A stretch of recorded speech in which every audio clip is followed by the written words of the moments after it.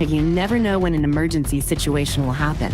That's why the Fairfield Area Community Emergency Response Team, or CERT, is here. CERT is made up of trained volunteers ready to take care of themselves, their families, and their neighbors when disaster strikes. Through 20 hours of hands-on training led by local emergency management, members learn vital skills like disaster preparedness, fire safety, medical operations, and search and rescue. Join CERT today and be ready to make a difference when it matters most. New member CERT training will be on Saturday, January 10th and 17th, 2026. Both training days will run from 8 a.m. to 6 p.m. at the Fairfield Community Center, 61 Water Street, Fairfield, Maine. The class is limited to 20 participants and registration is required. To register, email info@fairfield-me.gov or call to 07453-7911.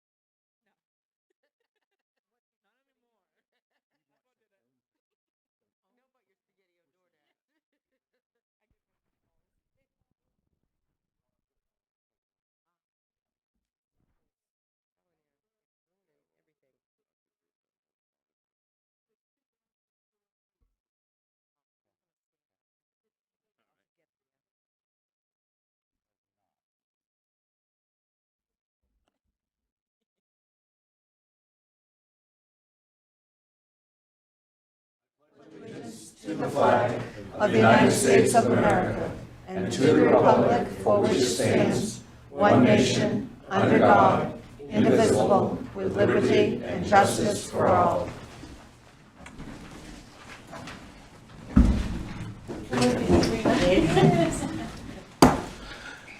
Good evening, everyone.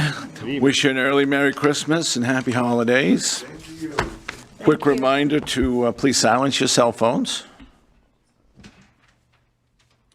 First order of business, public announcements. Details may be found at www.fairfield-me.gov. All non-emergency town offices will close at noon on December 24th and will be closed December 25th and the 26th for the Christmas holiday. All non-emergency town offices will be closed on Monday, January January 1st for the New Year's holiday. I don't think it's Monday. It's not Monday. Wednesday. Wednesday. It's a holiday. Wednesday, January 1st. In December, council begins reviewing appointment applications for... Thursday, January Thursday. 1st. Thursday, January 1st. I was like, not Wednesday either. Wednesday, yeah. Wednesday's New Year's. We'll get there. Thursday. In December, council begins reviewing appointment applications for upcoming volunteer positions on local boards and committees, including the following: Budget Committee, Planning Board, Land Use Board of Appeals, Board of Assessment Review, and Voter Registration Board of Appeals. If you are interested in serving your community, please complete an appointment application form available online or at the town office. Appointments are made at the town council's January annual organizational meeting, which I believe is January 14th. Am I correct? Yes. Yep. Dog licenses are due. Any dogs registered after January 31st, 2026 will receive a $25 late fee per dog. Proof of current rabies vaccination is required. There is still time to sign up for the CERT training. Please email info@fairfield-me.gov to reserve your spot. That CERT training is 2 Saturdays Right. in January. Second and third Saturday. 10 hours each 10 day. hours each day, Okay. 8 to 6. And I know we've had some very good Yep, I'll talk about it. participation started already. Yes. So, Yep. all right. Cops Care for Kids will be Friday, December 19th from 4 p.m. to 7:30 p.m. at the Fairfield Community Center. Please sign your children up at fairfieldcopscare.com. And when you walk in, the place is beautiful. We just did a quick walk through, and I think kids will be very, very happy to see what the cops have done for them this year. The town office is hosting a diaper drive. Diapers and/or wipes of all sizes and brands can be dropped off at the town office or food pantry. The deadline is February 1st, 2026. Lawrence Public Library. Library holiday party Thursday, December 18th at 3:30 p.m. New programs, community conversations on Tuesday mornings at 10:30 a.m. and Baby and Me Playgroup on Friday mornings at 10:30 a.m. Second order of business, public hearings. We have none. Third order of business, public comments. These comments will be limited to 3 minutes. Members of the public may speak to the council or request an opportunity to speak on a specific item that is on the agenda, or may email comments for council to info@fairfield-me.gov by 4 p.m. day of meeting. Submitted content may be read aloud at this time. Do we have anybody who would like to make a comment or reserve time to speak on an item I on the request agenda? Max for item 8.1. But he's part of the committee, so What's that? he would be part of the committee that would give the presentation. Well, I saw it anyway, was but him yeah. anyways.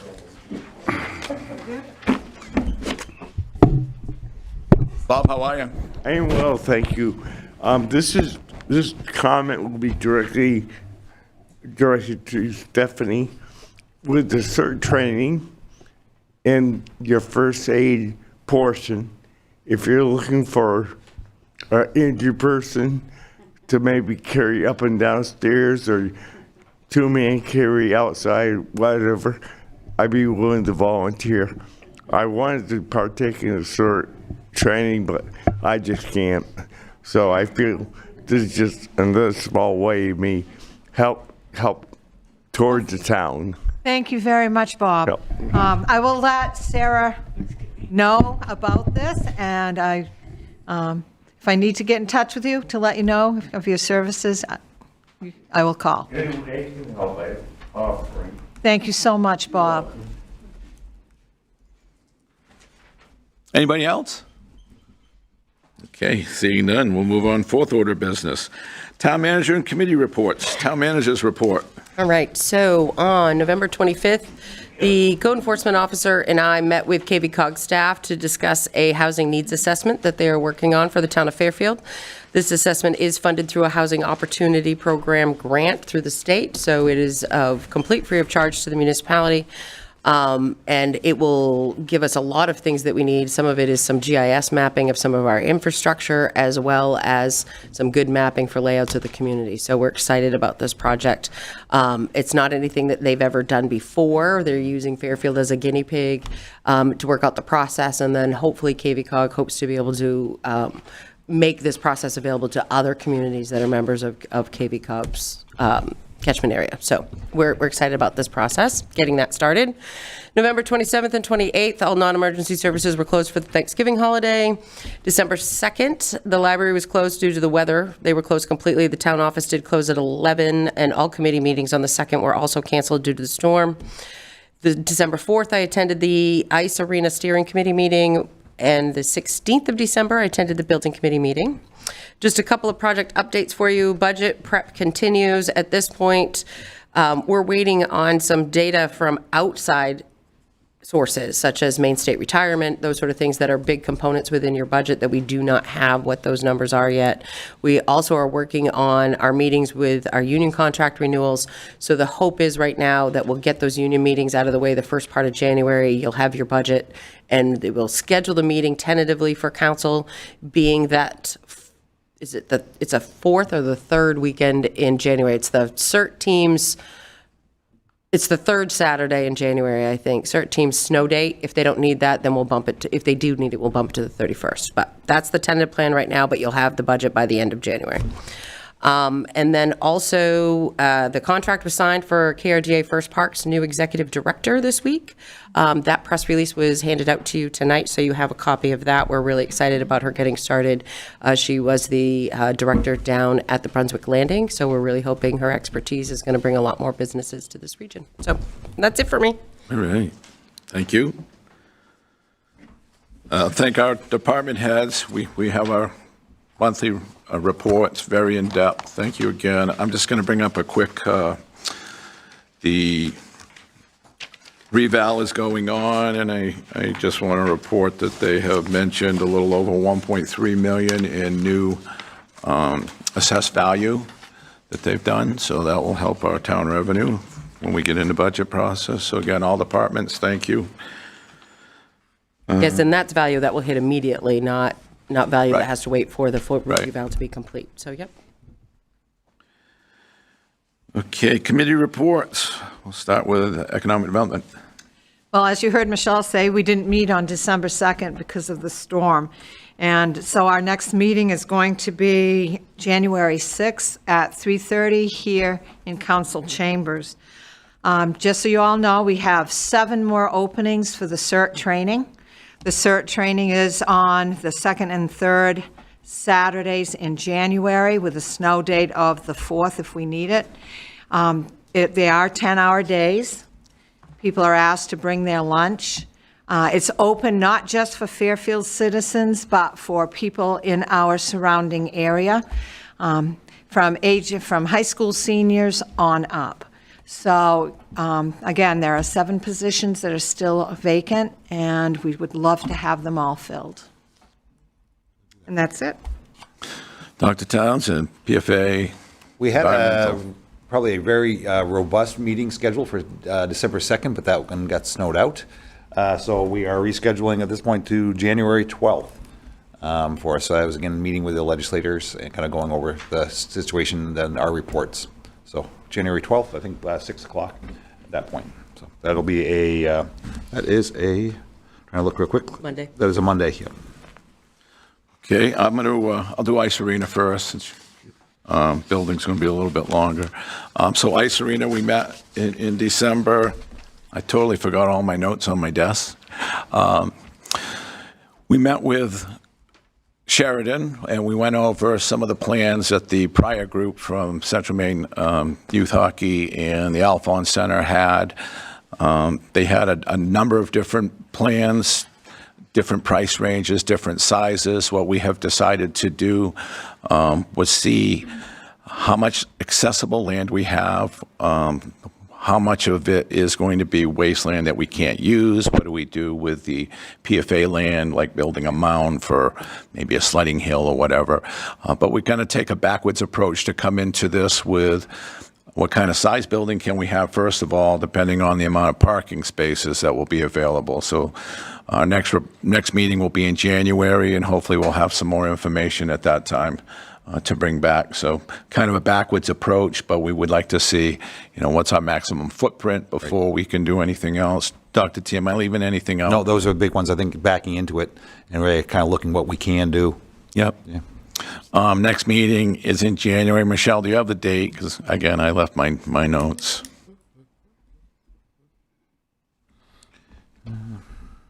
22nd is what I had. 22nd. Looking at the wrong month, that's why. Should be a Thursday, I believe, Yep. again. Oh. Yep. Okay. Sure. So tentatively, January 22nd, 6 Don't have PM, it, right but I here, know it's in my council notes. changes. Okay. Peter, Building Committee. Oh, the building committee met last night at 5 o'clock. We only had 3 members there, and we discussed about the building RFP. And I'm going to introduce Max, who is going to brief that from the building committee. When we get to that item, it's an Eight? item on the agenda. Okay, yeah. So we're we'll gonna wait wait till for number 8. 8-1. Yeah. Okay. So Max, we're going to put you off. Okay, that's it for committees for now. Fifth order of business, the consent agenda. These items are considered routine or standard business and therefore will be enacted by one motion.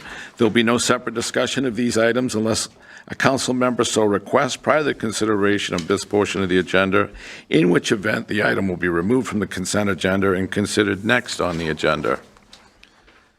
Seeing none, item 25-124, order that the Fairfield Town Council hereby waives the reading of and accepts the minutes for meeting 2025-20 held on November 19th, 2025. So moved. Second. We got 2 more. Well, that's fun. We'll read them all. Item 25-125, order that the town council hereby approves the treasurer's warrant number 91 in the amount of $1,405,868.22 to include but not limited to motor vehicle fees, MSAD 49 December allocation, Maine Municipal Employee Health, and O'Connor GMC. Item 25-126, order that the town council hereby approves and signs the sewer certificate of commitment in the amount of $164,902.50 for the fourth quarter fiscal year sewer billing for the period of 10/1/25 through 12/31/25. How about now? Now So take a moved. motion. Second. So I have a motion by Councilor Townsend, second by Councilor Thibodeau. Any questions? Seeing none, all those in favor? It's unanimous, 5-0.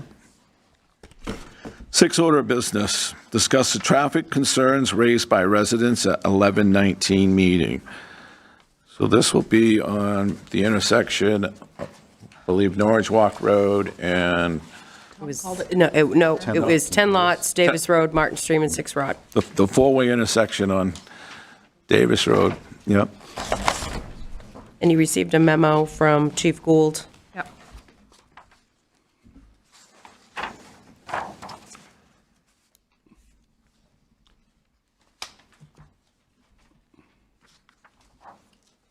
Pros and cons, it looks like, at this point. Yeah, what do you think, Dr. T? I mean, you look at it, and just what he's saying, you do have the stops, and maybe you'll have fewer T-bone type accidents, but you worry about the ones of people going straight on through because they're used to it not being a stop. You're worrying about the backup of traffic and the rear ending. So I'm not sure which one's better or worse, but I definitely see it when it's out there, and people that live out there can understand it, so. Is we added reflectors several years ago to help draw more attention to that area. The issue we had with so if you did blinking, flashing lights, there's no power supply, and it's not enough, we don't believe enough visibility for solar generated lights in that area, so. So basically, that intersection where 6 Rod Martin Stream connect, there are no stop signs. There's stop both ways on Davis Road and 10 Lots Road. I think I live on that road as well. So I think the problem that we're dealing with is this time of year, particularly with sundown. I think you're going to see more of the accidents early morning when sun's coming up, going down the 6 Rod Road from Martin Street, and accidents going through the four-way at night, at twilight, or 4 to 5 o'clock, where the sun is blinding in those areas. I would say, the blinking lights on the stop signs, to me, would make sense because it's not really in either view of the sun. So if we were going to pursue it any further, I would look at that, where those are really the only 2 stops. People are just blowing through those. They've been a stop sign for 70 years, as long as the road's been there. 6 Rod and Martin Street it's never been a 4-way stop sign. So unlike what they've changed on Fairfield Street, Oakland Road, Gagnon Road, and County Road, those are now a complete 4-way stop. That was another bad intersection. Had a lot of accidents. Well, the chief does say that there's only been 3 accidents since January 1st of 2023. There were 8 crashes from 2020 to 2022.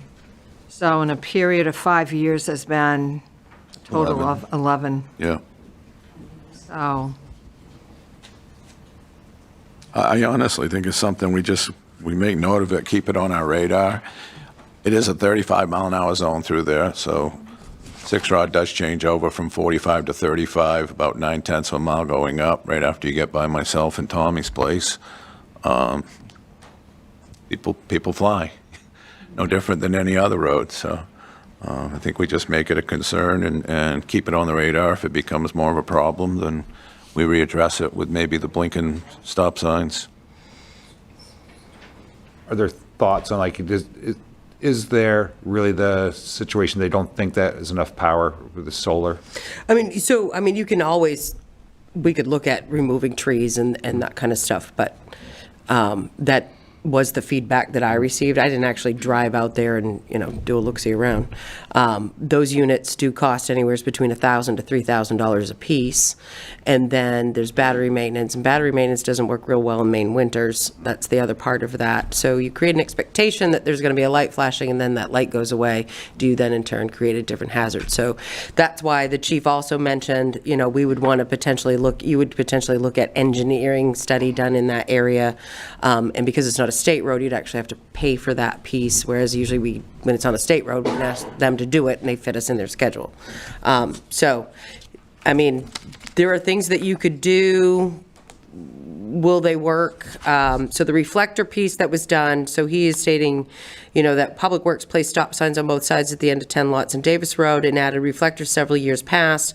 A clear downward trend, 8 crashes from 20 to 22, with only 3 since 1/1/23, which supports the conclusion that the corrections reduced crashes. Next logical step would then, in the process, would be to change the intersection to 4-way or add solar flashing stop and warning signs. So it'd be up to the council as to what you want to do. I know that in the roads, I don't believe it says stop ahead in the road. Would that make a big difference? Does it, Yes. Tom? Okay. Well, I believe both Davis and 10 lots, right, Tom? Yep. We've done a lot over the years to prevent what's been happening. We've added stop ahead signs on both sides of the roads as you approach it. Then you got 2 stop signs instead of just 1. You have the reflectors. Sorry. He's new, forgive him.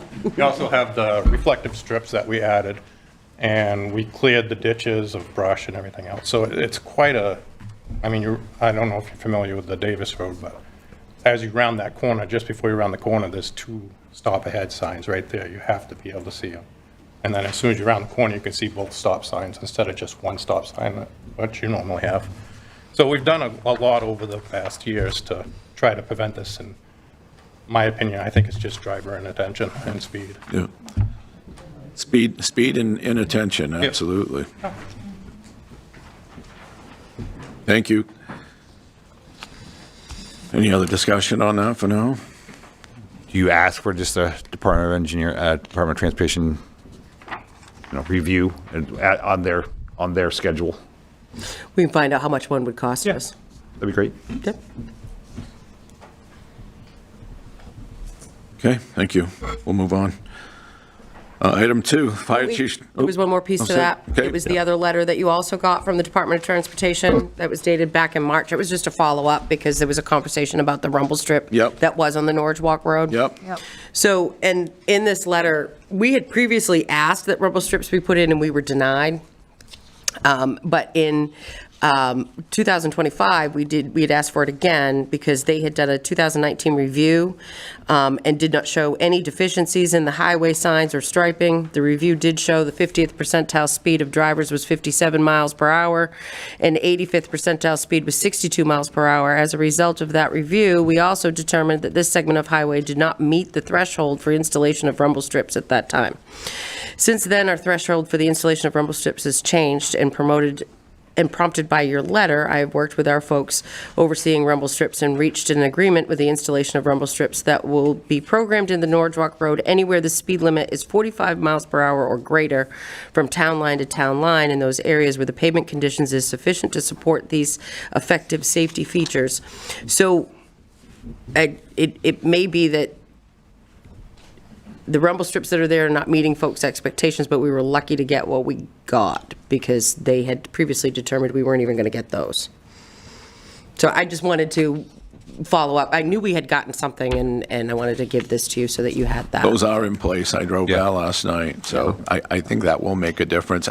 Again, it's more the intersection where the old Melody Ranch is, by Pirate Lane, just after that. I think that's where we're seeing all these accidents. But again, the road work has been done. The stop ahead is already on the ground. It's there. It's just driver inattention and speed. They're blowing through a stop sign at the Melody Ranch. You're going on another road. I don't know what we're going to do to deter or stop that. I saw a tractor trailer just miss a car about 20 feet the other morning. It was she pulled, the person pulled right out. Just driver inattention. Like, oh my gosh.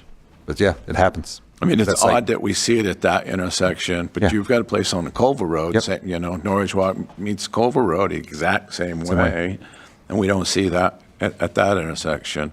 So I think just people coming off the back road from Skowhegan are not paying attention, they're just blowing through that stop sign. Was the original request, though, that we heard, I forget who it was, requested rumble strips going across the road? This letter is referring to the centerline rumble strips. Yeah, and they won't do those. Right. They won't do them. Down in Skowhegan on 201, they got rail straight in the middle of the road. Right. And how effective only that do the- is, still using Norwich Road as Route 1 cranking. They don't make a difference. Rumble strips don't make a difference. I just wanted for clarity, for closure, that the request was that we look into rumble strips going across the road, and we know that's not going to happen. I think they only use those for the approaching a stop.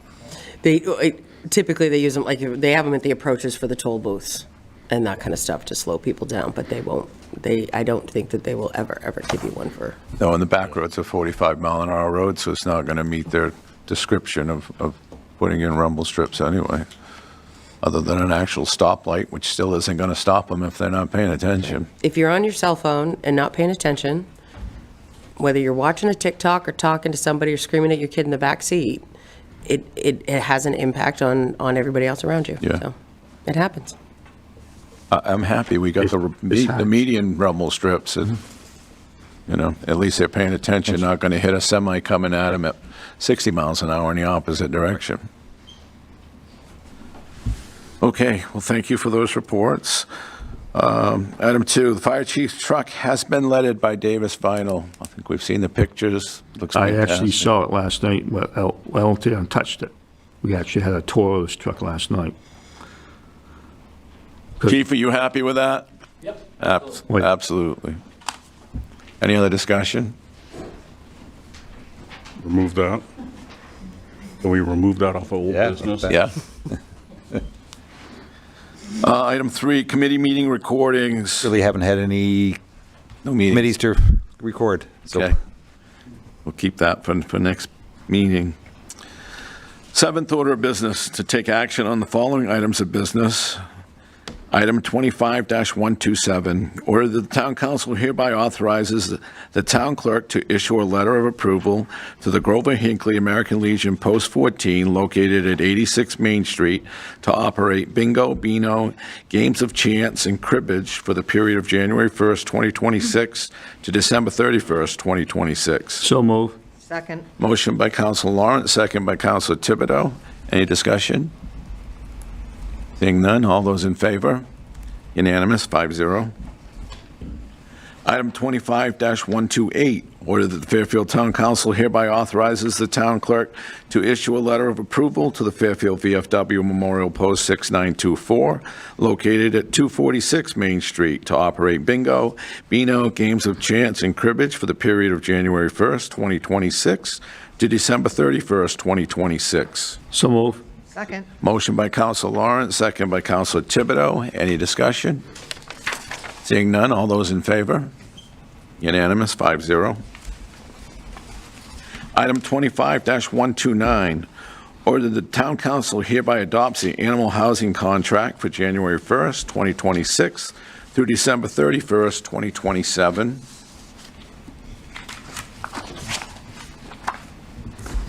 So move. Second. Motion by Councilor Townsend, second by Councilor Lawrence. Discussion. Michelle, did they go up on their costs? The fee is exactly the same. Yeah, the same.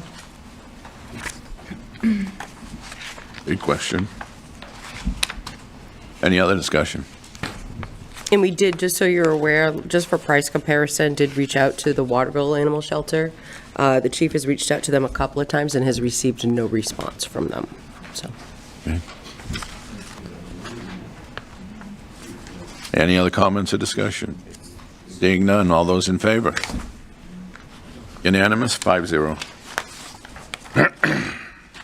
Eighth order of business, council workshop and other business. Discuss the RFP from the building committee. Max Kenny, you have the floor, please. Michelle, did the council get the most updated version? Yes, they did this afternoon. I jotted some notes down just so I make sure I hit all the points that I wanted to, so I'll read that, and then at the end, we can certainly go through the RFP in more detail if there's any questions from the council. Good evening, councilors. My name is Max Kenny. I'm the secretary of the current Fairfield Building Committee and was nominated by the committee to provide an overview to the council of the work completed to date and the proposed request for proposals, RFP, and what work we hope to accomplish in 2026. In the spring of 2024, the town's ad hoc building advisory committee completed their work with a report that identified major deficiencies with the existing police station, Lawrence Ave Fire Station, and town office buildings. The committee recommended the town employ a professional engineering service to evaluate upgrades to the existing facilities or a potential new municipal complex. In the summer of this year, the current building committee organized and we toured the existing police station, the fire station, and town office buildings. There was a number of new committee members, including myself, that weren't on the prior building committee, so we thought it was important that we got to see the items firsthand. Our findings were pretty eye-opening, and as one member put it, honestly, pretty embarrassing. Common deficiencies identified by the committee included lack of secure document storage space, outdated and broken kitchen and bathroom facilities, insufficient parking, inefficient and poor quality mechanical systems, sinking foundations, cracked walls, limited space for current and future department operations, and what we found most alarming was a complete lack of modern safety features in all of the buildings, especially for operations that are public facing, like all of our departments are. Believing that upgrades and or replacement of the existing buildings is necessary, the committee visited newly constructed Skowhegan and Newport public safety facilities to review those spaces and get some lessons learned. These tours were helpful and gave us an idea of what is possible for Fairfield. Today, we are asking the council for support to issue an RFP entitled Space Needs Assessment and Feasibility Study for a New Municipal Complex. The committee members recognize that we are not qualified building professionals and recommend the town hire a qualified engineering consultant to perform the work outlined in the RFP. The RFP includes details on the existing town office, Lawrence Ave Fire Station, and police station. We have also included design goals, which are really a wish list of facility components identified by the department staff as priorities for upgraded or new facilities. The committee and staff are very aware that not all of these design goals will come to fruition, but our objective as part of this RFP is to identify costs and make cuts based upon the funding that we achieve. The work required in this RFP is broken down into 7 strategic tasks that build on the work from each prior task. Task 1 is an independent space needs assessment for the town office, police, and fire departments, independent from their existing as well as proposed facilities. We want to know how much space is actually needed for the current and future operations of these departments. Phase 2 is a physical assessment of the existing buildings and determination if they can be upgraded to meet the current and future needs of the departments.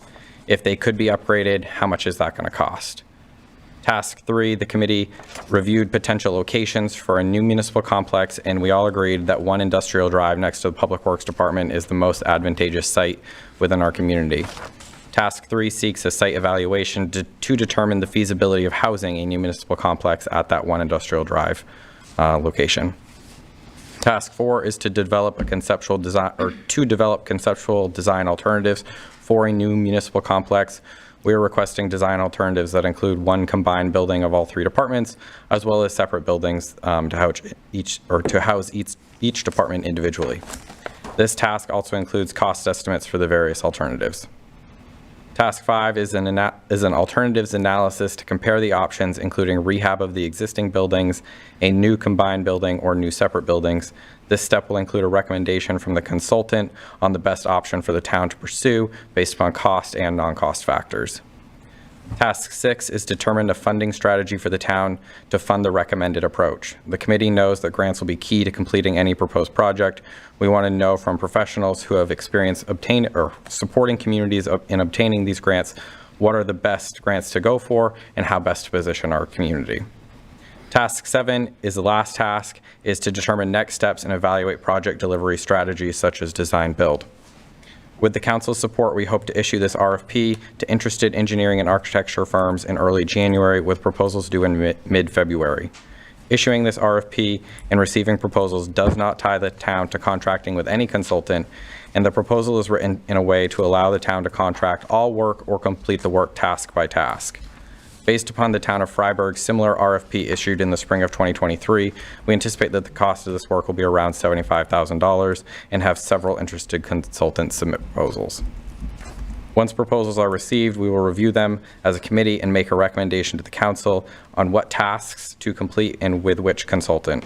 We anticipate that all of the work outlined in the RFP, if awarded, would be completed by the end of 2026. And I would welcome any questions that you have on the committee's work to date or the RFP itself. Thank you, Matt. Councilor Tiverton. In the RFP, will the air exchange or the HVAC be addressed as well? Because that was one of the discussion topics for the old fire department, was the air exchange and making sure that it's vented properly. It certainly will be. We're asking a consultant to review the existing buildings and determine what would be required to upgrade them to meet current code, and as well as what it would look like to build a new complex, and that certainly would have to meet those new codes. Okay. And also, the counseling room that was mentioned in the RFP, is that a shared counseling room between the fire and police department? Or will there be separate counseling rooms? In the design goals, we had indicated that we would like to have 1 large meeting room in this new facility, which would act as a training room for any department within the town, as well as it could host council meetings in the future. I know that the police have Steve Donahue, that's there to help out with counseling. Chaplain. Yeah, Yep. thank you, a chaplain.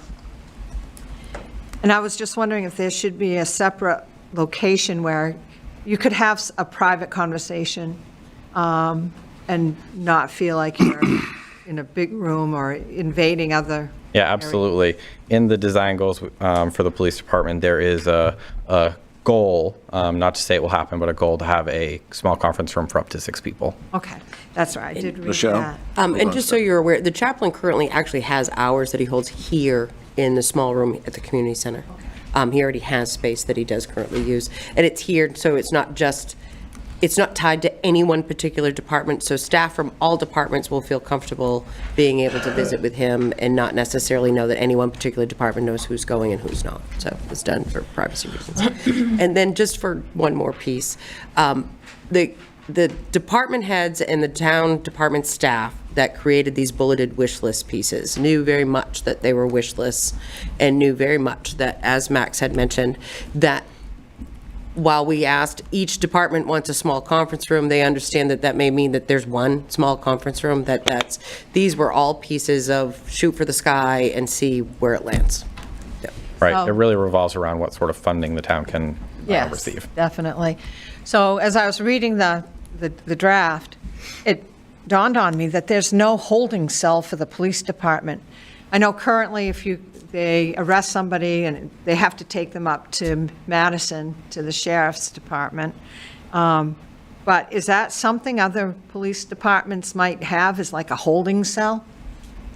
I don't believe we saw a holding cell on neither Scout There's Egan like, nor they Newport. have intake rooms, and usually either there's an intake room where they're processed, Yeah.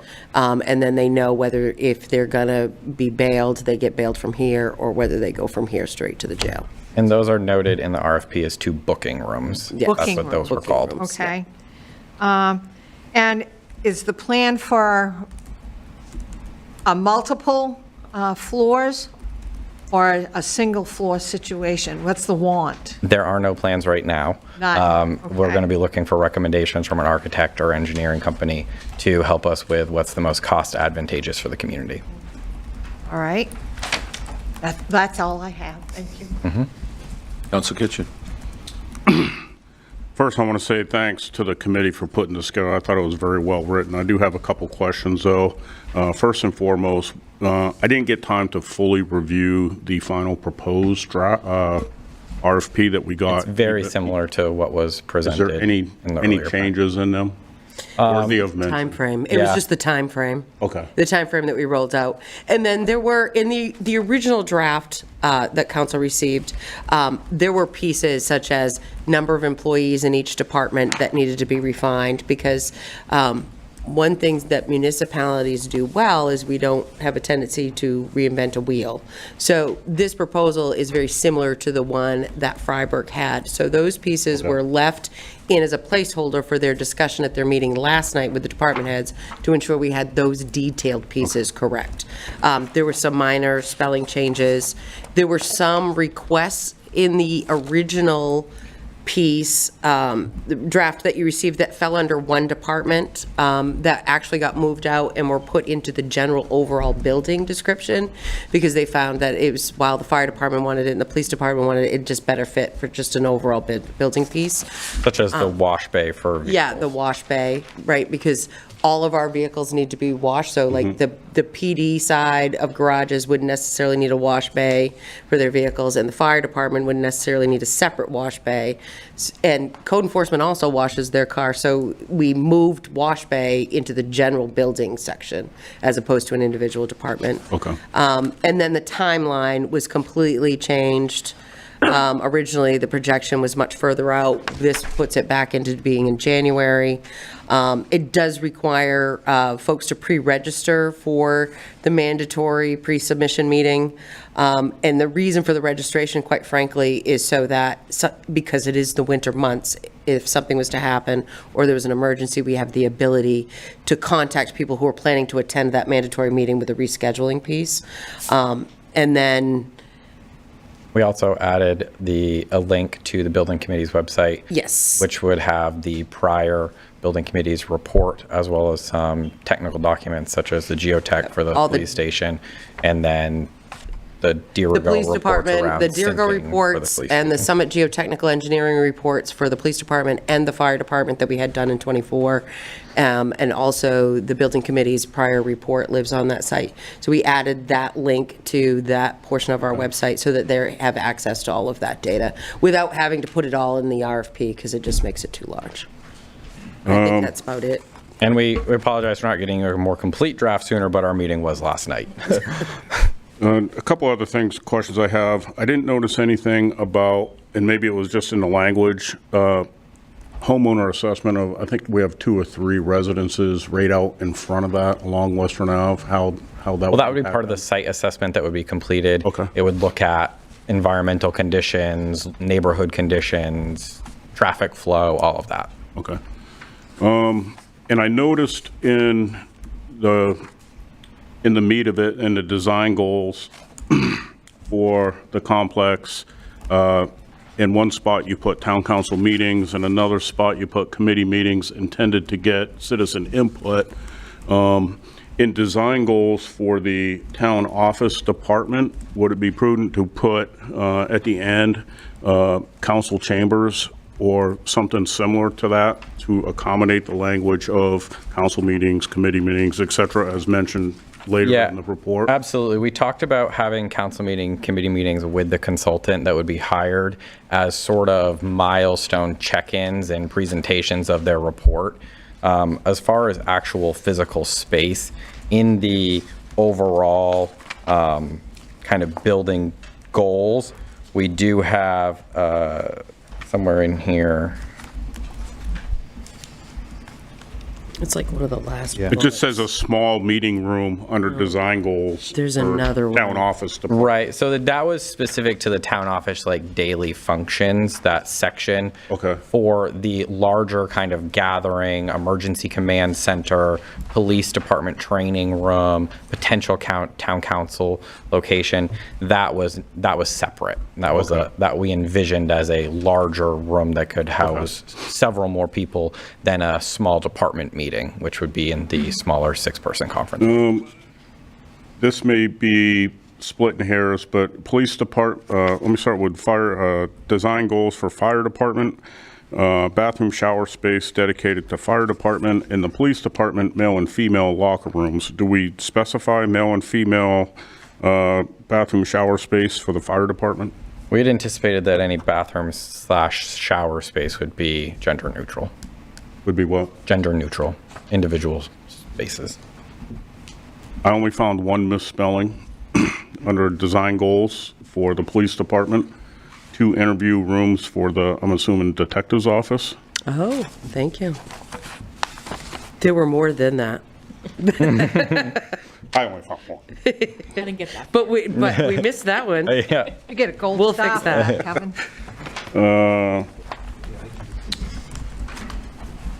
And then property information should be centrally located to Fairfield and Benton. I know that we're going to be discussing EMS. If Benton ever decides not to go, is this primarily based upon Benton remaining with Fairfield Fire? It certainly is, but we also recognize that a substantial percentage of our community is here in the denser part of the community. So we feel as though even if Benton were to pull out sometime in the future, having that kind of mindset of still being closer to the town center makes sense. And that's something that certainly a consultant would help advise us and do some studies on response time to the outskirts of Benton and the outskirts of Fairfield based upon this proposed location. And again, lastly, I think you guys did a great job writing this. I read through the draft. I did notice like the dates from March to February changes, some things like that. I'm very confident with this, and I would say that I applaud you guys for even asking them to consider upgrades to the existing building sites so that our taxpayers know that we're not just looking, to spend frivolously if, out of our pocket. We're asking for the whole meal deal. Yeah, we certainly took that into consideration, and we're aware that sometimes retrofitting existing buildings can be just as expensive as building from scratch. But we think it's important data to have. We anticipate that some buildings may not be even suitable for retrofit. I mean, the police station is experiencing significant settling of their foundation. So it's very, very likely that the police station will be identified as a building that cannot be retrofitted and that a new building is required. Thank you. I think you guys did a great job with this. That's all I have, Tim. Michelle? Just because I finally found the space, section 4, complex structure First paragraph, last sentence says, "The committee desires the facility to have a centrally located meeting room of sufficient size for staff meetings, town council meetings, and capabilities to act as an emergency operations center." Okay, yeah, I missed that word. So Complex I was like, I structure knew here. it's in there somewhere. As overall. There's a not the lot town of hall. information in here, so they're looking for a lot of information. Now, we did put out prior RFPs for our existing buildings before, and if I For remember right. for the repair of For the the existing repair, buildings, and and we we- got no bids. No bids. I just wanted to reiterate. I asked that question last night, too. This is a very different request than what Yep. we put out Very, very previously. different. We anticipate that there'll be several firms very interested in working with us. Is there a Fantastic. cost factor at this point for the town with the RFPs? There's no cost of putting out the RFP other than a minimal cost for paying for its advertisement in a newspaper of general circulation. We typically use the town line, and it's minimal. It's usually between $100 to $200, if that is that. And the reason why we are definitely going to make sure we advertise it that way is that oftentimes with grant processes, RFP needs to be advertised in a public newspaper in order to count. Our main goal actually is to ensure that it gets on not just our website, but there is an RFP section for Maine Municipal Association's website, which is where the majority of the firms go to look for these types of jobs, as well as we have contacts with the construction magazines, and they typically will pick those up and put those out for us as well at no cost. So that's our biggest goal. I just want to say, I think it's a great report. I think it's a good first step. It's going to get us, keep the ball rolling. I do like the aggressive timeline. So I Yeah, we would appreciate hope that by the end of 2026, we have a recommended approach, a funding strategy, and then 2027, we could really look at trying to acquire funding. And I did like the three-pronged approach, looking at all options, whether it's, retrofitting, whether it's a campus with several buildings or one single building. So again, I appreciate you and the hard work of the building committee. I'm going to reiterate what everybody just said. You guys did a fantastic job. This is well-written, well done, well thought. Councilor questions were fantastic. I think other than the one grammatical error that Kevin found, with the timeline that we're looking at, I know it's a discussion item. I'd like to see us do an action right now if somebody wants to make a motion. I'll make a motion to accept the space needs assessment and feasibility study for a new Fairfield Municipal Complex RFP. Second. So I have a motion by Councilor Thibodeau, second by Councilor Kitchen. Any other discussion? Seeing none, all those in favor? Am I allowed to vote? Yes, absolutely. 5-0. Thank you all. Thank you, Max. Thanks, Max. We'll get this out. Council Lawrence is on that committee. That's why he asked if he's allowed to vote. Actually, yep. Okay, item 2, discuss amending the road openings ordinance as submitted by interim public works director. Tom, come on up.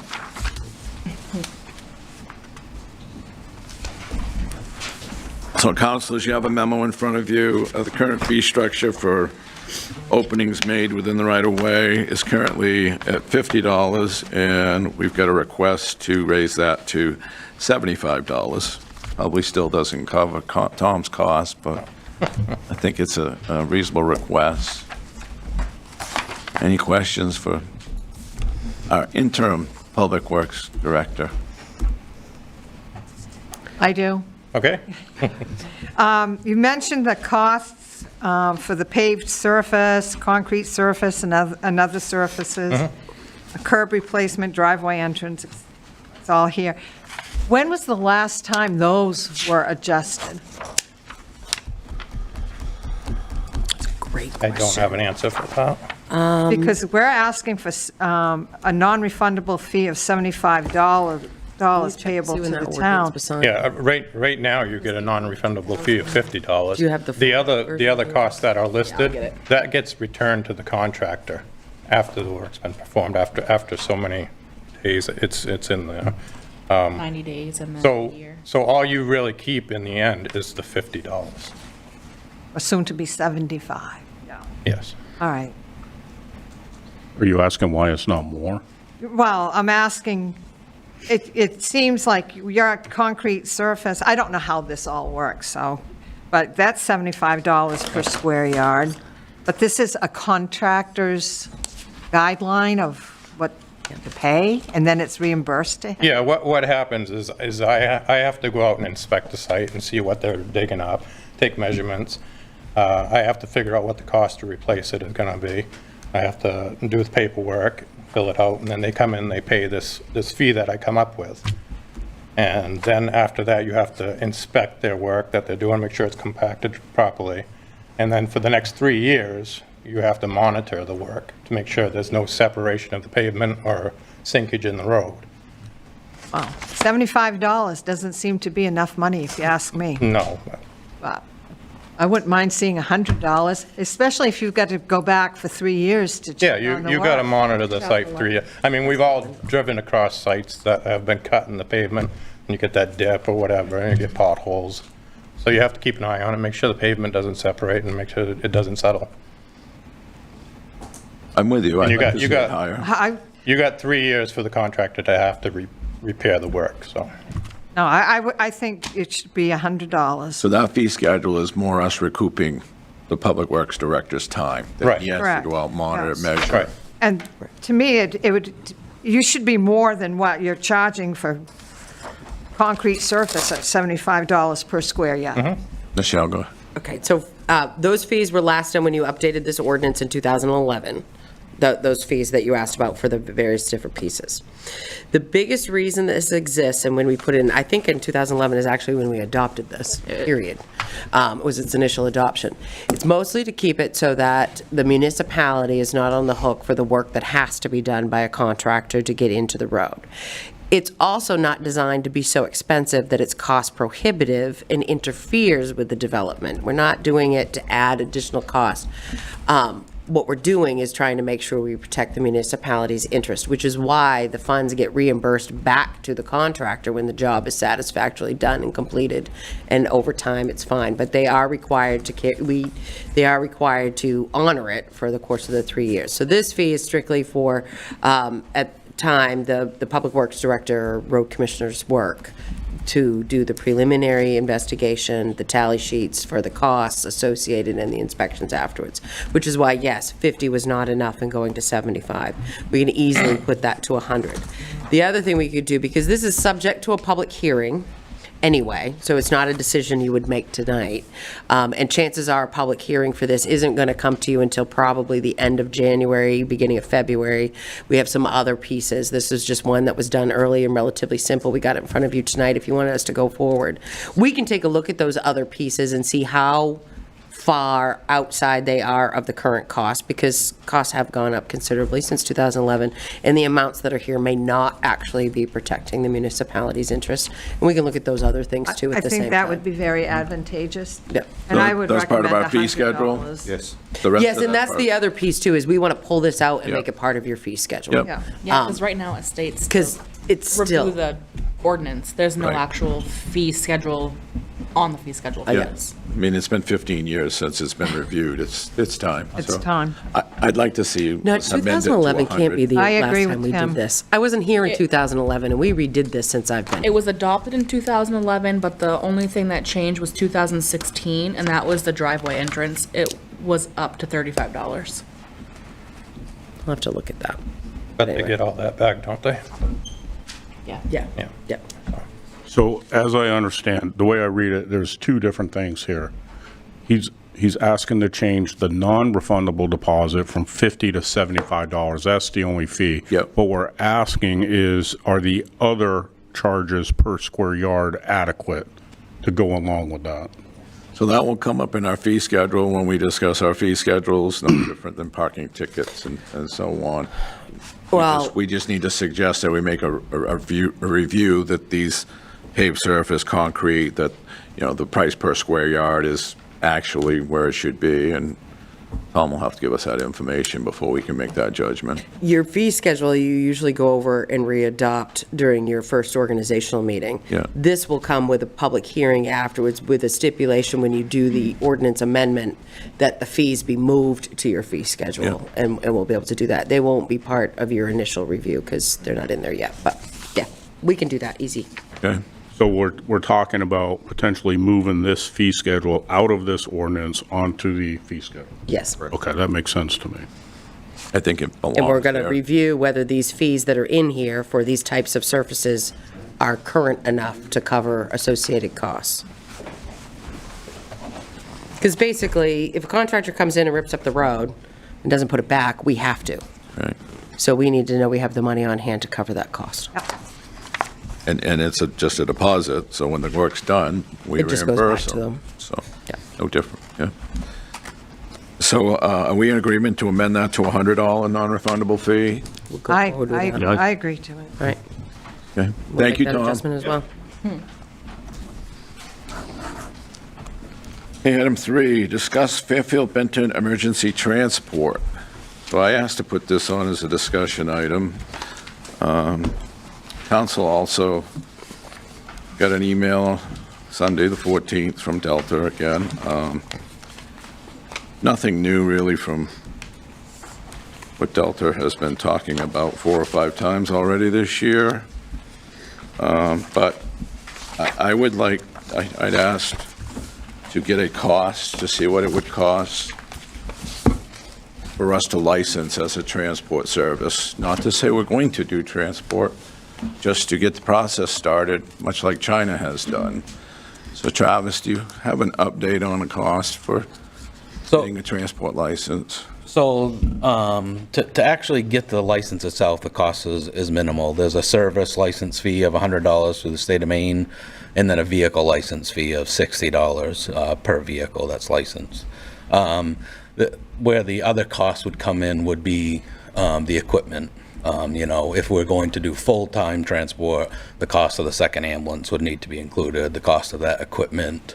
And then you have to get into the billing process. So cost to start a billing contract with a service, those initial startup fees.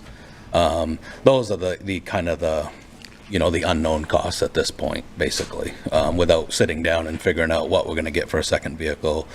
We would have to, do either an RFP for billing services or research several area business, billing services to get a idea of what their percentage rates are right now. Typically it's 6% of your billables or your return, but that could fluctuate, a couple of percentages here or there. So overall, to do like a China-based temporary license, whereas we would transport in the event that Delta's not available, that wouldn't, basically it would just the cost of the license upgrade and the service license. We have the equipment. Obviously doing on a temporary basis, we wouldn't need the second ambulance because it would, we're just doing it on an as-needed basis if Delta's not available. How often does that happen now, not to cut you off? No. But how often does that happen currently? I'd have to go through Delta's reports, but I would say it's probably less than half a dozen times when they do a quarterly report. So it wouldn't be a ton. Half a dozen quarterly? Yeah, half a dozen quarterly. That seems to be their average, going back through their quarterly reports of how many times they have to call mutual aid. So I would say at this point, maybe 24, 25 maybe times on a the year. high end, 30 a year, maybe. But without looking at the numbers. But we could ask you to get a temporary license in the event of those cases. Yeah, sure. Yeah, that's something that we can pursue. Again, it's time consuming. The time consuming part comes with the billing, getting a billing contract set up, getting validated with Medicare, Main Care. That would all be helped through the billing process. So there's a lot of steps that would have to be taken. And it's just time consuming because you're relying on, you have to go through Medicaid. You have to. So it's kind of, you're at their liberty at that point. But to get the license itself, the cost is minimal, like I said. To do it full-time, there would be additional cost of the extra vehicles, the staff, the equipment, that type of stuff. Does that answer? Yeah, no, absolutely. What you're going through? So for council, I've given you a note sheet that I did we've met with Delta several times. And last meeting, we had Dr. Pei doing a report that Travis asked for years ago. A couple years ago. a couple of years Yeah, ago, yeah. okay? And they finally came in. So we've had Delta in here at least a couple times. They had meetings in September. I mean, I've only been on council for 12 months now. So this is an issue that it's at their foresight, and they keep bringing this up, and they keep sending it. Yes, I think we need to do our due diligence and be prepared for what's in the best interest of our taxpayers and our citizens. When we put out a second warrant article asking for additional fire, it was overwhelmingly, this is a service that our people want. So I made some notes for you just to go through, and then I also included some of the paperwork from the KVEMS report. So from what Delta has given us with the September meeting notes that we were held in this packet, along with our prior email for this meeting, Fairfield and Benton make up 22.1% of the population of Delta service area. That's on page 22 of the KVEMS report, and you'll see the actual population of Delta. They're showing 41,769. Fairfield and Benton are 9,234. I believe that's on 2020 census is where they get those numbers derived from. So that's where I'm getting the 22.1% of Delta's servicing area. Now, Fairfield Benton is 32.1% of Delta's insurance revenue and 28.2% of their total revenue, also on page 22 of that KVEMS report. So you can see that the reason we keep getting all these letters and concern is we drive a very big portion of Delta's revenue. Now, Delta charges us a per capita fee, not only for Fairfield, but also Benton. We're a combined service. They like to separate it. We bill Benton for their percentage of calls as far as our combined fire department contract. So I always want to combine Fairfield Benton because we are one EMS service, and we would hope to do, if we move forward, to do this with Benton. So again, those are your numbers. Fairfield Benton, according to the EMS report, had 1,453 EMS calls in 2024. That is on page 10 of that EVS report. And that generated a 13%, or they estimate a 13% lap in coverage over calls, which Chief Leary actually just reiterated. It's going to probably be about 10 to 13%. We estimate 30 calls that they can't get to. I have a concern with that where we have a contracted service with a monopoly private entity that charges us a per capita. It's not an RFP. It's not something we can put out for request to bid. It's basically a no-bid contract that we have no say over. So in 2022, we were paying zero for this service, just like we were for the past 40, 50 years, whatever Delta's been in business for. 2023, we incurred our first a $15 per capita fee. That went up to $25 in 2024. This year, 25-26, it's moved to $35. The September meeting that Michelle and Peter attended, it was mentioned $55 to $65. So again, these are costs that we cannot control. And now they may be telling 48. Who knows? Who knows what it's going to be? The report's showing an average of $30, and that's because we use our fiscal period of July 1st. So our contract is July 1st through June 30th, and it's at 35 per capita. So that's where I'm getting those numbers from. Fairfield Benton, according to the EMS report in 24 on page 11, had 363 requiring calls of a paramedic. So again, Travis, correct me if I'm wrong, we go to an EMS call, we have paramedics on staff already, they're already servicing people until Delta shows up to transport. We just simply don't do the transport. Am I correct? Yeah, no, correct. Okay. Yeah. So Delta sent a letter in September of 25 this year, and it said in that letter, on page 2 of that September letter that we have, that Fairfield Benton averages 40 paramedic calls per month or 492 calls per year. Yet the report from the EMS shows 363 calls, or an average of 30 per month. So if we average 30 per month that require a paramedic, and we're getting 25 or so calls for no-show on a contract that we're paying to show up for every call, I have a problem with that. Delta's per capita cost of Fairfield Benton, we went through it already. Some of my interesting notes when I was looking on Delta's website is their service area for Waterville, their Waterville office covers Albion, Belgrade, Benton, China, Fairfield, Oakland, Rome, Sydney, Smithfield, Vassalboro. Approximate population of those towns is 36,300. Delta also covers an Augusta. They have an Augusta office and service as well. That covers the towns of Augusta on a special call basis, Belgrade, China, Rome, Sydney, Smithfield, Somerville, Vassalboro, Whitefield, Windsor. Approximate population is 24,500. With those two servicing areas, they overlap coverage for certain towns, Belgrade, China, Rome, Sydney, Smithfield, Vassalboro. Population is roughly 18,900.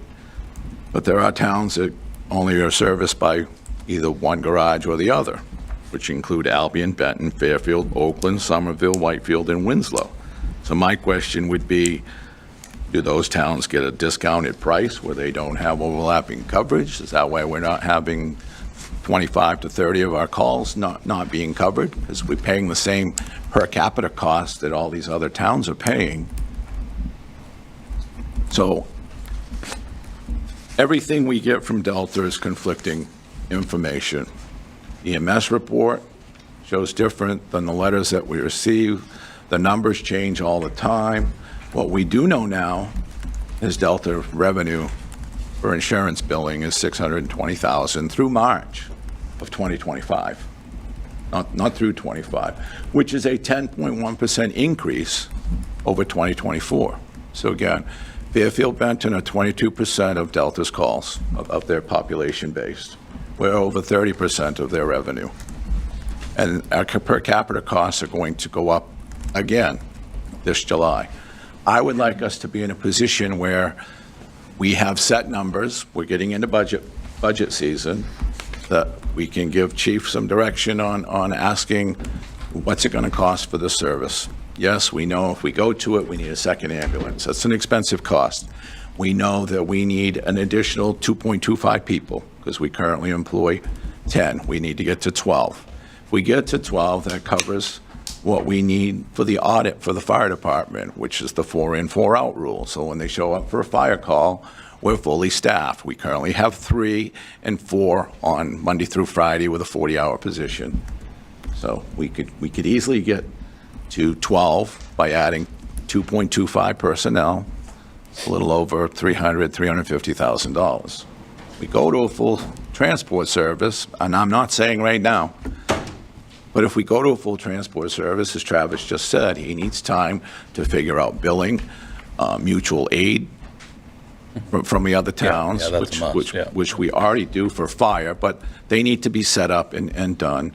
The letters that we've received for Delta, there's some that will say, well, if you do a mutual partner with us and we don't send a paramedic, we're going to pay you $300 per call and we'll use your paramedics. Why would they ever send a paramedic if we have one? They're going to pay us $150,000 on an estimated amount of calls that doesn't exist because we know the actual calls are 363 that require a paramedic. I'm just tired of dealing every month or every other month with a new number, a new proposal. They're a private entity. It's not up to me to worry about how their business runs or how it operates, but they charge us a set fee per capita. They charge us a service that our citizens rely on heavily. We want paramedic service. We want rescue service. We need transport service. We have so many numbers in front of us, they become convoluted. But in the end, what we can look at is we're going to pay X amount per capita at roughly 10,000 people at $55 a head. It's going to be somewhere around $500,000 a year. We're around 9,200 people combined with Benton. And the revenue that they generate is roughly $620,000. There will be some fees to go along with that, 6% billing, whatever gets worked out. We need to get those finalized numbers. But in the end, it's generating or costing about $1.1 to $1.2 million to transport Fairfield Benton residents. We can do it for that or less. So I would like council to allow Travis to get the temporary license for transport to start the process. Doesn't mean that we will transport.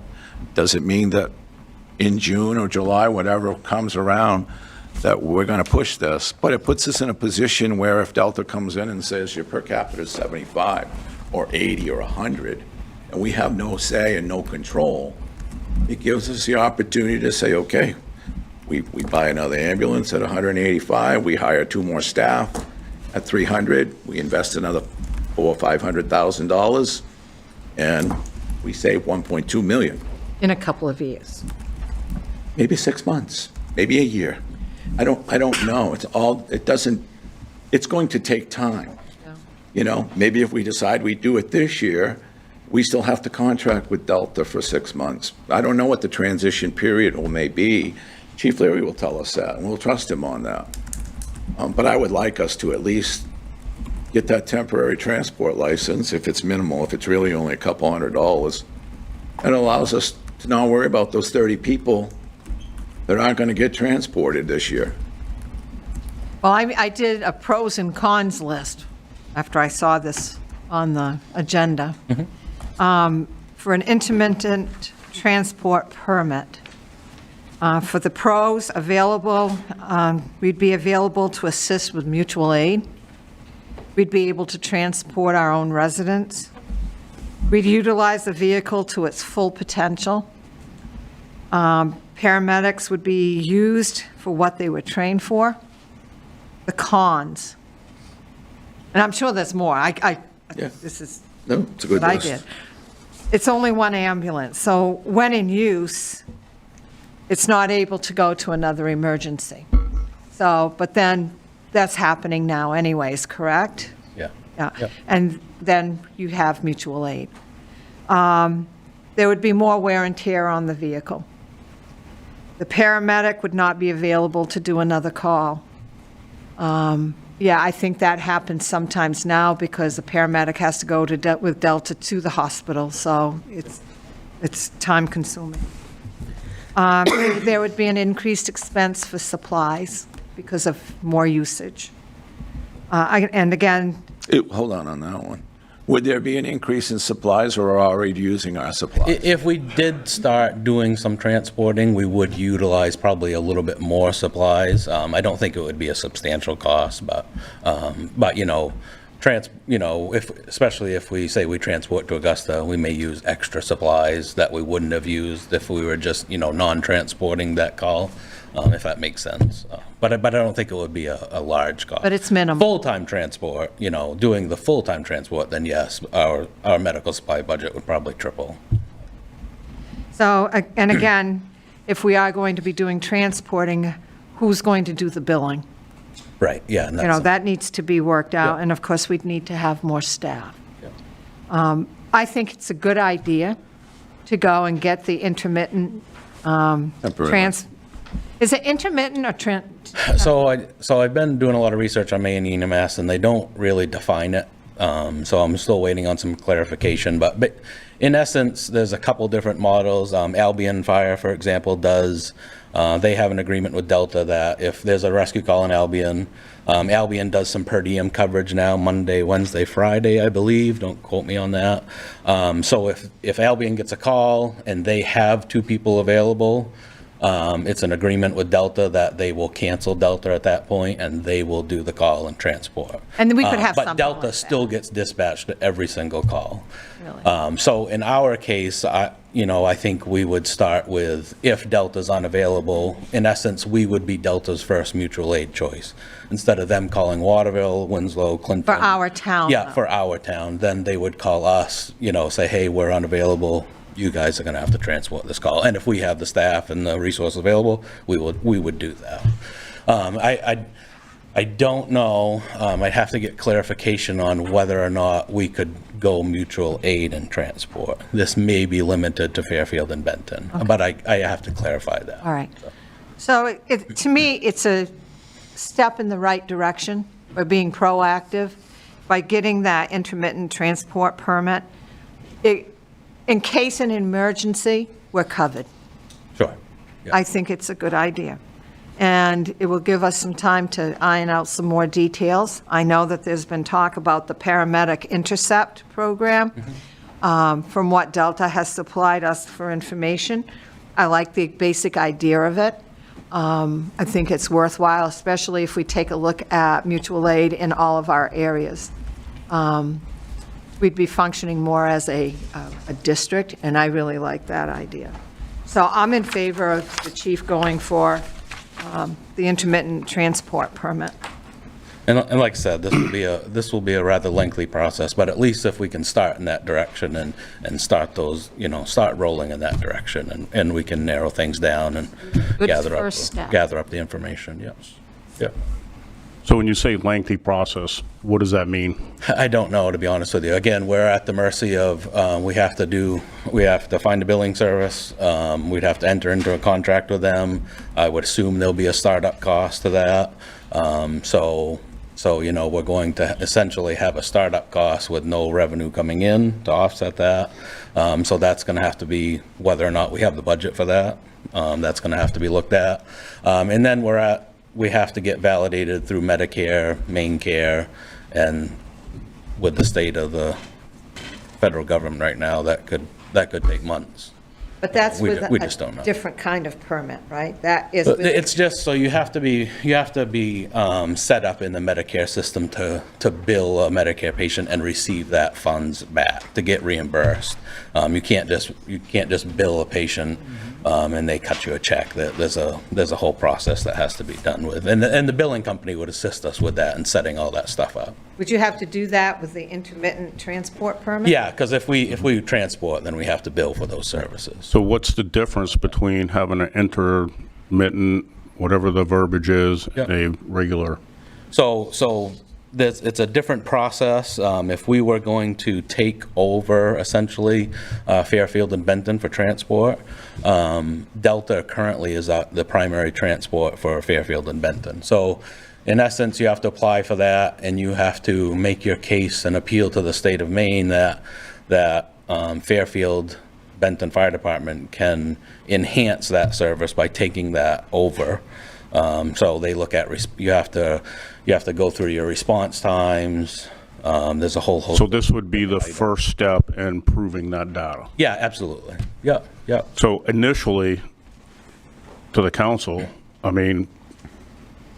initially hearing this, I would say no, only because I have so many questions going. I haven't read this yet. I haven't had time to take this. I don't know what questions to ask. I don't know. Okay, we get that. That comes back. What is the swap process on that? How do we get here from there? Who says, okay, the license came in the mail today, we're going to start doing it tomorrow? What's that process look like for us as a council to say, okay, yeah, go. It might take a couple months. It might come back quicker or longer.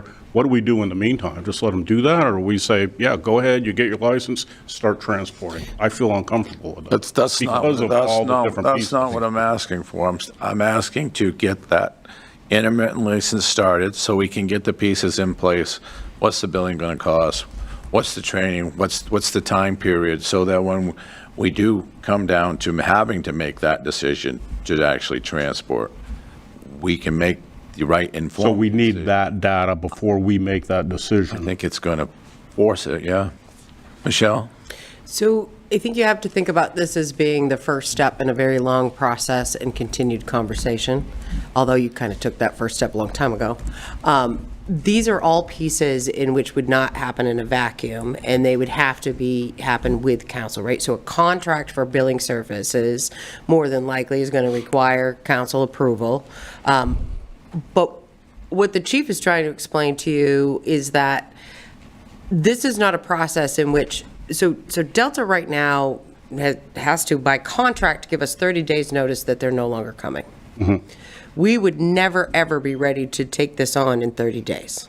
I understand. Okay, so, but what we're not going to do, because of the work that is involved in all of this, is just go randomly doing it without the council saying that that's what we should be spending our time on. Because there are too many steps, and it is time intensive. And that's where I'm unclear, is what are those steps? So there's the licensing piece, but in order to even apply for the license, the billing piece needs to be set up. To set up the billing piece, we have to set up our pieces with Medicare and Medicaid reimbursement pieces. So ambulance billing is just like medical insurance billing. It's so if you go to, just like if you were at a doctor's office, we have to set up all of those parameters in order to have the ability to do that. We would shop for the best company to provide that service, which that is a service right now that Delta Ambulance actually does provide to other organizations. And we don't know if there are setup costs because we haven't shopped it and asked. So that's a step in a process that we would do. There's enough municipalities out there that do bill for ambulance billing that we would be able to contact all of them and be able, Travis would be able to find out what their services are and have those conversations with them. Normally, the way those work is that their fees are taken from what they collect. Right. They get a portion of that, right? That incentivizes them to do their work. But we have to set all those pieces up before you even send a copy of that license, which is 5 pages, 6 pages long. And that's what I'm asking. What's that all has to be done before we can even mail that into the state. So that's the pieces that Chief, he needs to know. you are already chief of Clinton as well. Yeah. Who did transport service, who did billing. So these are things that you already have knowledge of. Yes, yeah.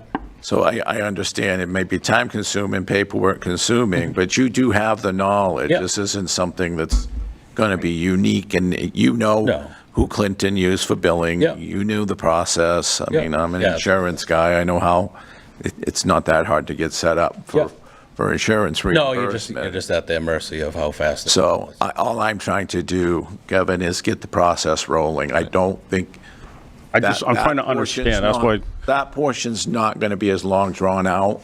And I'm not saying we don't be a good partner with Delta. I'm not saying we're going to move away from Delta. Maybe Delta does Clinton's billing. I don't know. Yeah, they do, actually. Okay, so if they do, maybe that's an option. This is what we're looking at.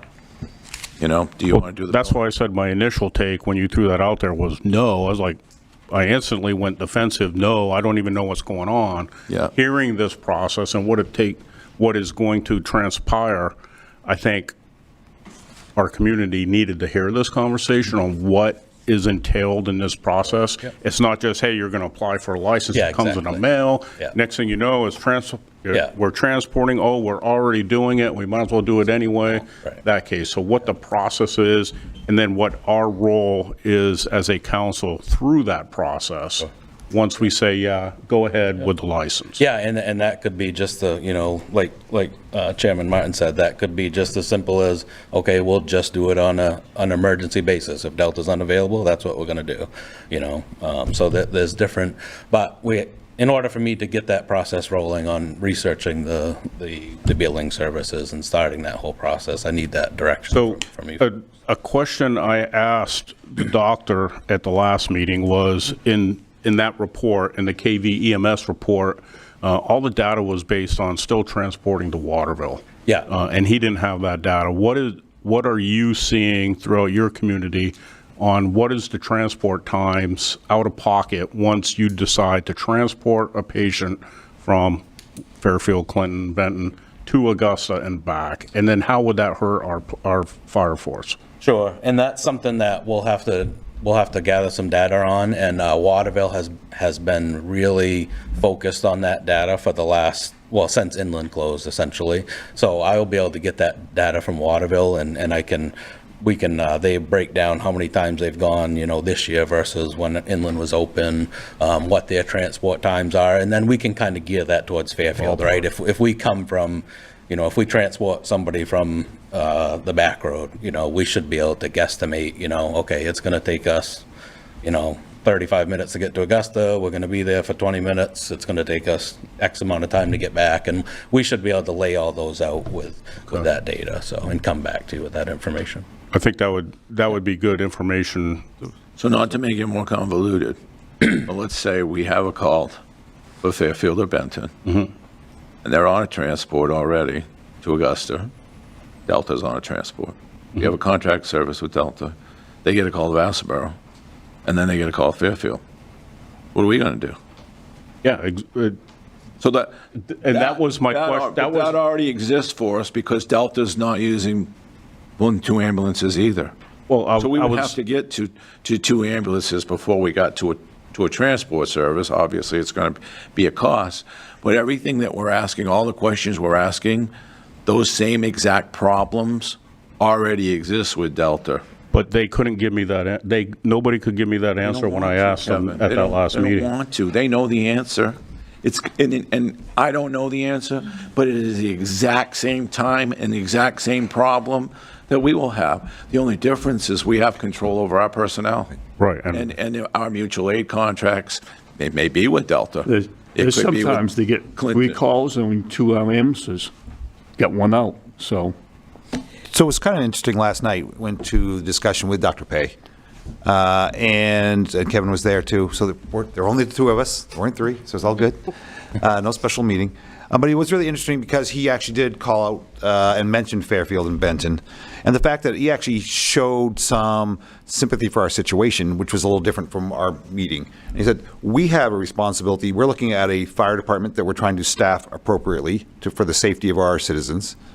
And to do that, we're looking at, because fire is not a service that is compensated for. Right. Ambulance, EMS, is a service that can be compensated for, so we can receive funding that way. That is one way to staff your fire department to this proper funding level, or staffing levels. Doing that, so he actually said, I can understand where they are. I have, he was saying, I have my hat talking about EMS. Why we are having this conversation. Right, yeah. But we're having this conversation in a totally different, he realizes what we are doing and what we have to, our first and foremost concern is making sure that our citizens are taken care of and they're safe and that we do it at the best possible price for the taxpayer. And that's what we're trying to look at. And I think that's what's important in this situation. Do I think regionalization is actually a really good option? I'd love to see that to make for more efficiencies, but that's not going to happen in the next 6 months. It's not going to happen for the next how many years. But I think it's happening. Hopefully, I'm sure Chief would tend to like to have that. Yeah, And you see what we have, the mutual aid on the fire end, making sure we have that on EMS. But I think we have to do our due diligence and have to be prepared because we don't know what's going to come in 6 months.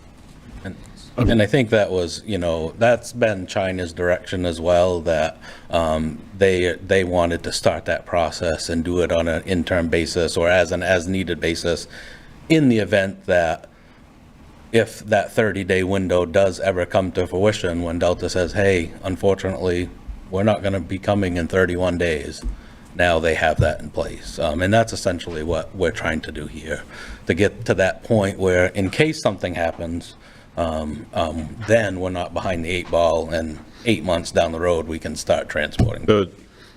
The basis of my question to me simply was, what is the out-of-pocket time now that we have to transport only to Augusta, and will that hurt our current fire department if they are out of pocket for that long? Sure. Yeah. I mean, it's gonna deplete our personnel availability for sure.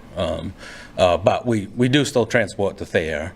So I think last time I talked to Chief Ross in Waterville, they had seen a pretty substantial, I'm just throwing out numbers. Say they went to ACH in Augusta 30 times in a month. That went up by 20, 25 calls when inland closed. I'm just using rough numbers. So Kevin, in that report, in that EMS report, with that 13% overlapping calls, they actually added an hour for transport service to develop that 13% overlapping call. So that hour would cover a trip to Augusta and back. That is in that report Dr. Pei gave us in our last meeting. Yeah. That's why I came up with that 13%. All right, because I missed that, because that's why I asked him. The report showed transport. I could throw out so many numbers, it'll make everybody's head spin. I'm just trying to keep it easy. like I said, Travis asked for that report years ago, and now all of a sudden we're getting it, okay? I didn't ask for Delta to send a letter. I didn't ask for Delta, we don't want to deal with Delta, but we keep getting it. We keep getting different information, different numbers. Yeah, I mean, we've been asking, you know, what's the billing? What's the collectibles? What's this? What's that? What's the calls? Well, we know the calls because Travis, the Q&I, Travis does his reports, and we, you know, we pointed that out to Dr. Pay in the last meeting where he's like, well, you have to do this and you have to do that. No, we already do that. Oh, okay. A lot of the services they deal with are volunteer or part-time departments, and they don't run like us. Oakland went full-time, Fairfield's full-time, Clinton's probably full-time, but they're on their own now. So I don't know if they have any other full-time departments or towns that they service other than Fairfield, Benton, and Oakland. And again, I could be wrong. I don't know. Smithfield, Belgrade, Rome. I don't know how their process works.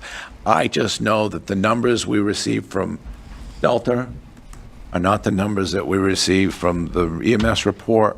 They're not the numbers that we receive that we know are factual that Travis presents us in our monthly reports. That's what I'm trying to go by. Again, I don't want to throw out all these numbers. Well, they said this and they said that. All I can go by is the actual factual knowledge data that we know, right? That, and it changes because you've got a private entity that has a monopoly, and we're at their mercy. And they provide a good service, and they provide a service that our citizens want, and a service that we need. But we're getting to a point where it's unaffordable.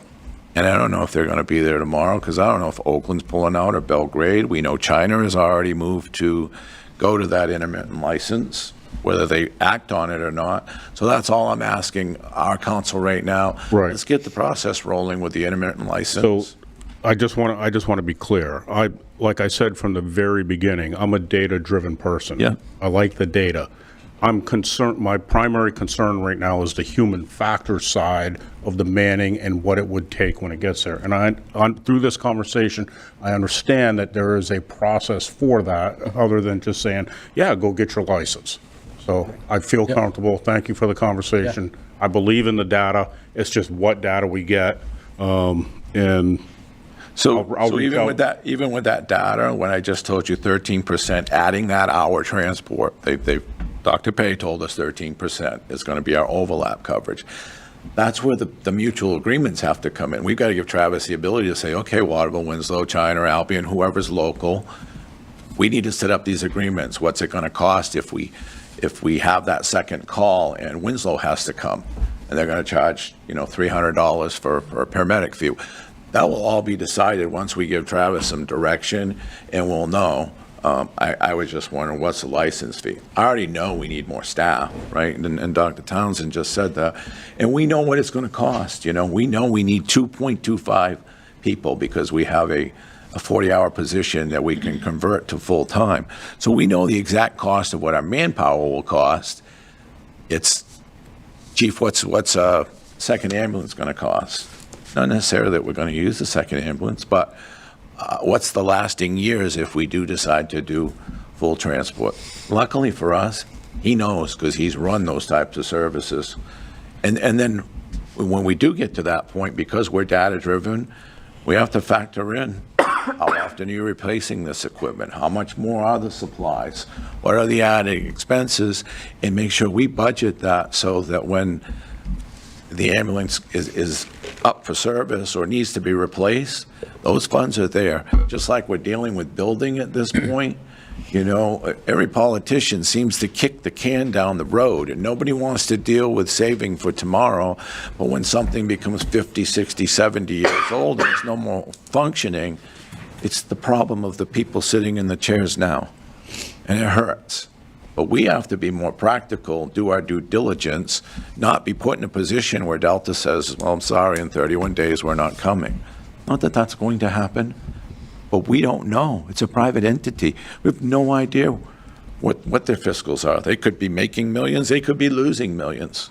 Hospitals lose millions, and we just had one fold. I don't want our citizens to be in a position where Well, you guys have been talking about this for 2 years, and you haven't done anything about it. How long are you going to keep talking about it? And that's what we hear. And again, I just don't want to throw out too many numbers like we have been doing when we met with Benton.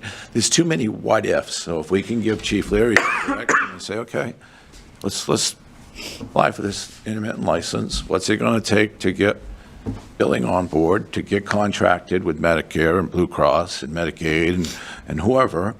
And then what are our additional costs if we had to go full-time service? Maybe we want to when we know what those costs look like.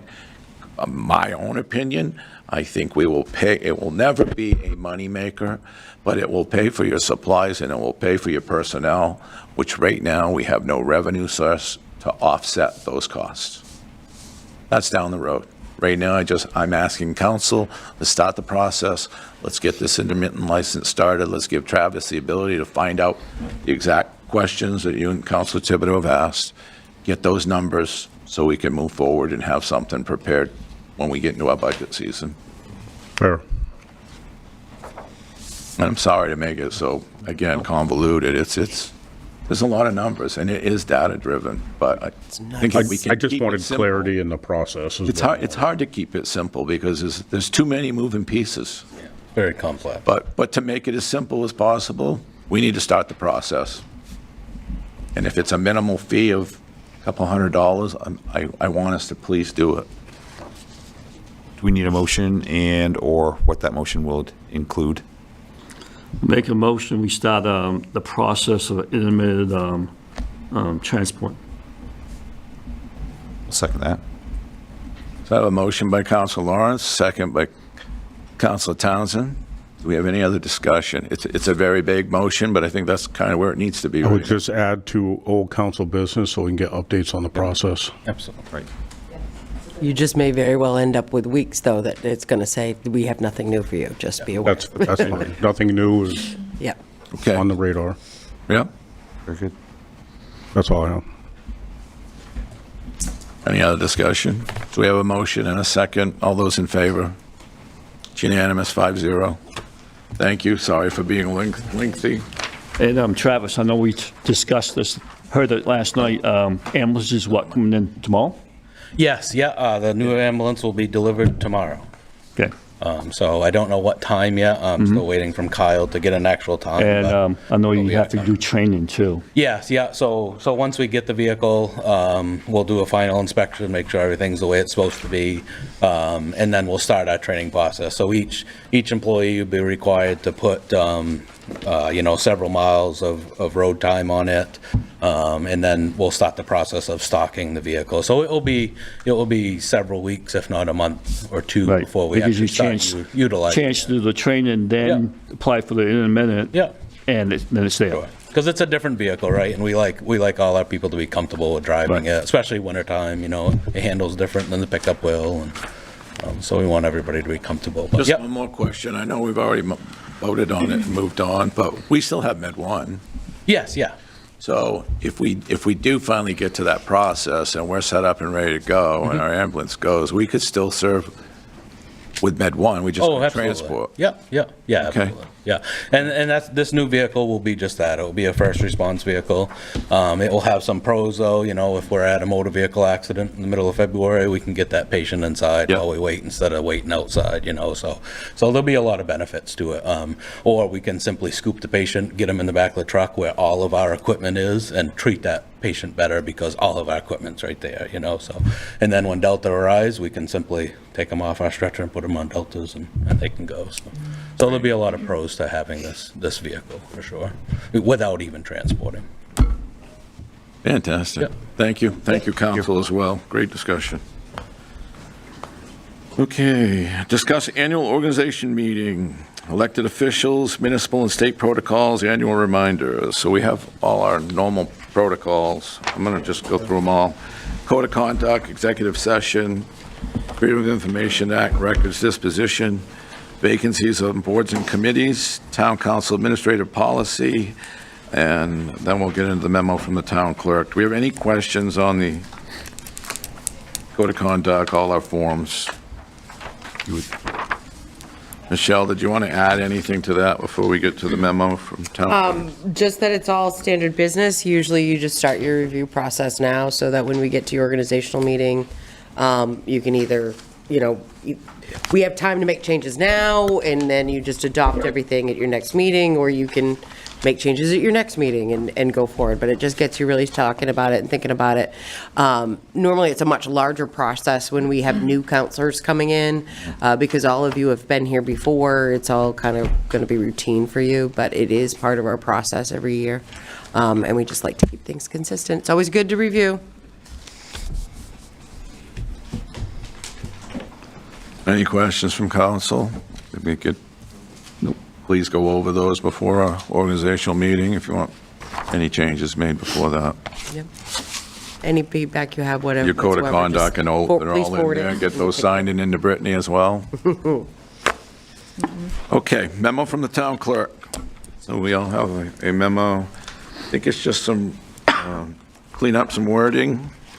You want to present that, Brittany? Sure. So in the town council administrative policy, there's a section in there about absentee voting hours and voter registration hours.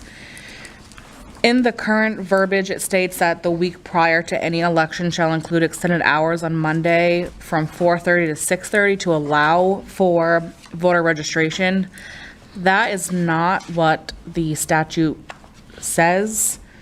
The statute is very specific as far as towns with populations of more than 2,500 shall accept voter registrations on the last 5 business days that the clerk's office is open before any election day.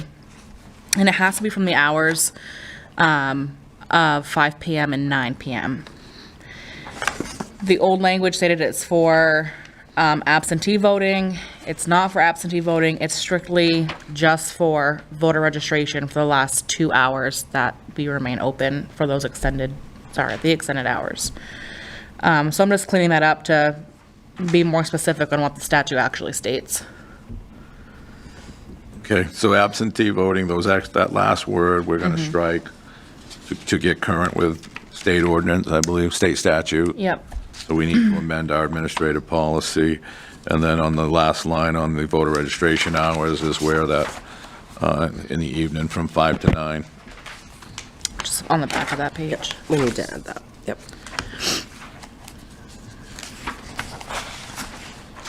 Yep. So it's really just cleaning up some different changes. And I think one of these was a recent change to the law for clarification purposes.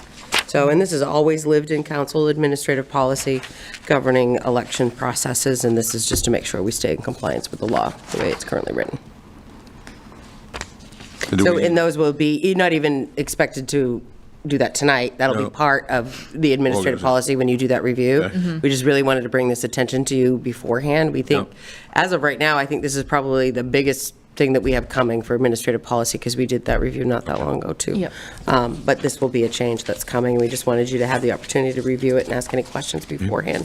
So this before just we get to that adoption cleans up our process. language in administrative policy to match state statute. Any questions for Brittany? I think it's pretty Just- straightforward. Just to be clear, so in the administrative policy, section 108, you're looking at changing paragraph 3 to read what this now says? Yes. So this whole paragraph here will change to this?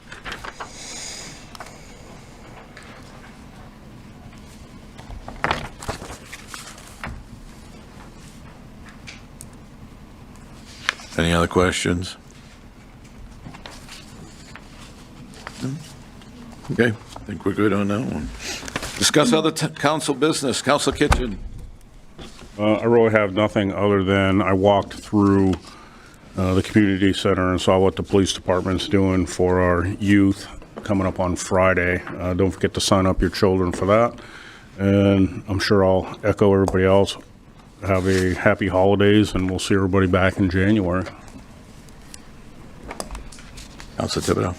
Well, last weekend, I attended the History House's Christmas open house. They did a wonderful job. I'm very proud of these dedicated volunteers that have brought Mrs. Smith's house back to life. They work hard, they do a wonderful job, and I just want to thank them for what they are doing. I also, are you going to talk about the sheltering workshop, Peter? So, and like Councilor Kitchen, I'm very much impressed with what the police department is doing with our youth. They've been doing fixing up the community center here for several years now, and this year they've really outdone themselves, and we're very fortunate to have such dedicated people in our departments that will do this for the benefit of others. That's it. Councilor Townsend. Pretty much the same. It was a great walk through there. It is kind of brings out the child in you to walk through. So hopefully maybe it's open from 4 to 7:30 on Friday, December 19th, and go to fairfieldcopscare.com. But it's really, really fun in there. And I just want, wish happy winter solstice. That means the days are going to get longer. So it's coming. It's coming. It's coming. Merry Christmas, Happy Hanukkah, and peace and joy. So. Thank you. Councilor Lawrence. Okay, I got several. This Friday at the Grange, there's a senior luncheon from 11 to 2. That's December 19th. And don't forget, on December 22nd, the new Lawrence Elementary School is going to have a ribbon cutting ceremony. So 27th. 27th. 27th. That's at 1 o'clock. Yep. And on December 11th, I attended the Cooling and Warming Center and Disaster Emergency Shelter Training here at the Community Center. We had 14 individuals attend this event. One was on Zoom, but actually 13 live here. So a 2-hour training. We had 2 counselors, myself and Councilor Thibodeau. 5 town employees attended this. And 7 Grange members attended, and 14 in all. Total residents attended that training. And also, too, I took a tour of the community center last night, but I saw more tonight. And the police has done a fantastic job for our kids. Don't forget to attend that. And I'd like to wish all the residents Merry Christmas and a Happy New Year, and see you in January. Okay. I want to thank all our committees. Building committee, fantastic job. Thank you. That's a lot of work and a long, drawn-out process. Our interim Public Works Director, Tommy, thank you for tonight. You made it through. I hope we make it a full-time position. I'd love to see that happen. He's a long-time employee. Wish your staff a lot of safety. It's snow season. Please be aware. A lot of questions usually we see online about salt and sand. There is a sand pile down by Public Works. Is it limited to 2 buckets? 2 buckets, yes, per storm. So 2 buckets for a storm, you just heard. I forgot to say, Main Street does look good, too. What was that? Yeah. Main Street does look good. Oh, man, yeah, absolutely. So again, I want to thank our department heads. Again, all the councilors have said this place looks absolutely fantastic. If you can be around, come check it out, do a walkthrough. That's Friday, 4 o'clock, right here at the community center. I want to wish all the staff, employees, citizens, council members a very Merry Christmas and Happy Holidays. Please be safe. It's a lot of tragedies lately, too many that we see. Just keep everybody in your best interests and be on your best behavior, and please be safe. So that's all I have. It's been a fantastic year, and thank you all for your support. So with that, our next regular meeting of the Fairfield Town Council will be on Wednesday, January 14th, 2026, to be held as a hybrid meeting in council chambers and via Zoom at 6:30 p.m. At this time, council will recess, sign all documents that require the signature council members. Make a motion to go recess? Second.